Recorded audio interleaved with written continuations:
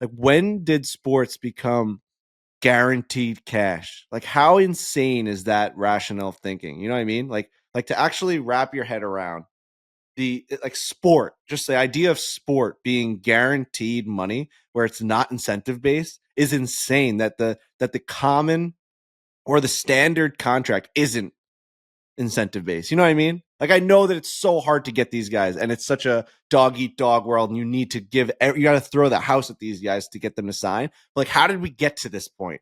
That like you're not giving Juan Soto $1 billion, but it's all incentive based. You have to hit a certain amount. You have to have a certain batting average. You have to hit a certain amount of home runs. You got to get to the World Series. Like, there's got to be something, because this guy could just check out. A guy like Scotty Scheffler can't check out.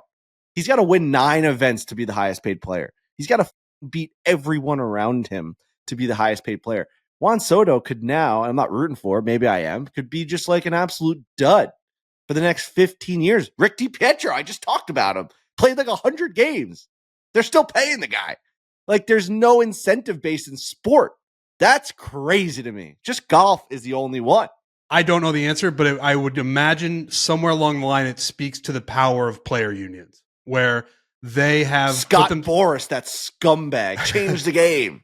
Where they have put the baseball in particular. Baseball has, at least for as long as I can remember, has always been guaranteed money, which is, it's crazy, but there's got to be a reason. There has to be like some sort of stipulation, or the strength of the players' unions have gotten to a point where they're just like, you have to guarantee these contracts for us to participate in the league. Again, I don't know the history of it, but it is pretty wild. I know the NFL is a little different. Like, even if you sign X amount, you're not guaranteed to get that money. You're guaranteed to get a certain amount, but you're not going to get all of it. But baseball he's getting that $765 million regardless of what happens. There has to be a pretty specific set of circumstances to happen where he wouldn't get it. He's going to get that money.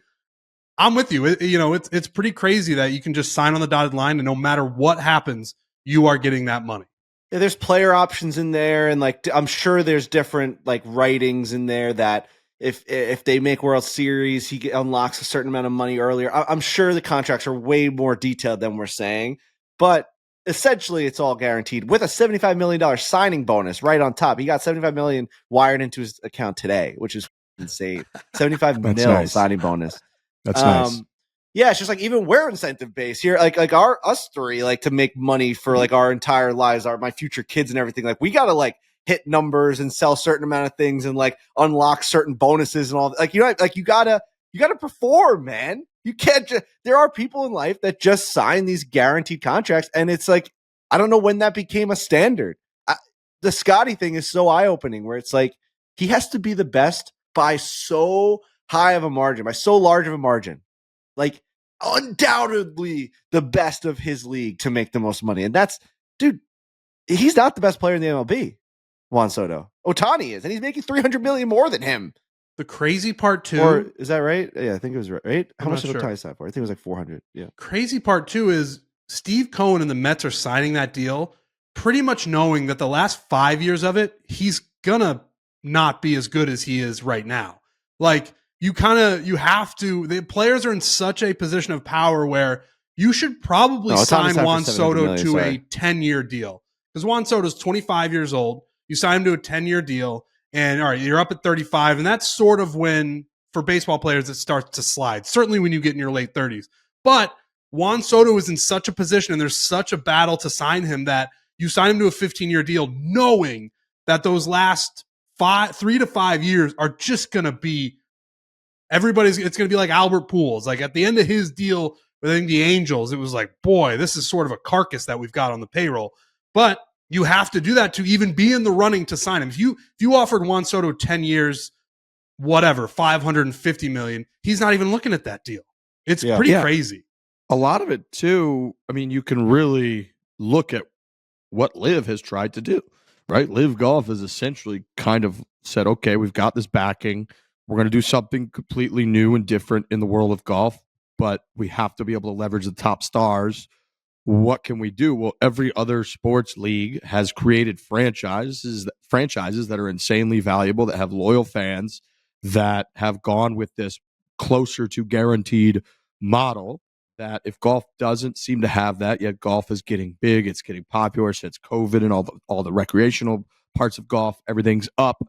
That they essentially are trying to do that. And I think that it's the more I think about it, it's like, why is Scotty Scheffler being punished essentially for everyone else has made baseball and the NFL more valuable, so that if you're one of the best players in those, you're just guaranteed to make so much more money than Scotty Scheffler, who's the best player in golf? Is that like, is it fair that he, in this comparison, is like punished by the fact that like all the people that just run the mechanism that creates the value of the league haven't done as good of a job over the last 20 years? So him being the best in golf doesn't deliver even close to the amount of returns that someone being the best at baseball or the best in football gets. And I do think a lot of it is franchise based. And it's like, if we're talking about this and Juan Soto's contract, like, oh my God, that's insane that it's not incentive based and they're just going to give him this amount.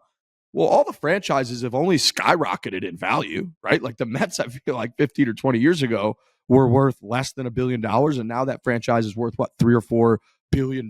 So it's not like it's not paying off for everybody. It's not like these owners, I don't feel like, are shelling out all this money, guaranteed contracts, and then they're going broke and they're bankrupt in like 3 or 5 years. It's like, it's clearly working out for everybody. It seems like totally. The TV deals, the ticket sales, the jersey sales, the media rights, all of it seem to be delivering, where the NFL and the MLB franchises are all like skyrocketing in value. People still want to be buying them. The billionaires are, whenever they get the opportunity, trying to buy up these franchises. They're selling off pieces of them in certain situations and selling them off at an incredibly high rate. So it's like, even if that does seem absolutely psychotic, which it does, it seems to be kind of good for everybody involved. Like, I feel like people aren't getting screwed. No, and does it come back to that the Mets are able to monetize Juan Soto? They're going to sell so many jerseys. They're going to sell so many tickets. They're going to sell so many season tickets, where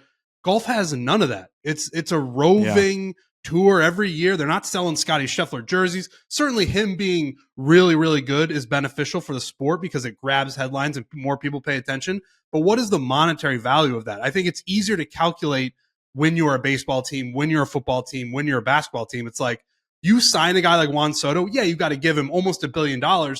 But those jersey sales and those, getting what you get from people coming for concessions and just all of that, being able to actually put a value on it, I think is probably at least part of the reason. Golf is alien in that regard. There aren't home stadiums. There aren't home teams, like you're saying. It's a franchise-based thing where you just know you're going to make at least some money back, where the PGA Tour looks at Scotty Scheffler. Yeah, they're paying him whatever when he wins these tournaments, but what are they actually seeing from that?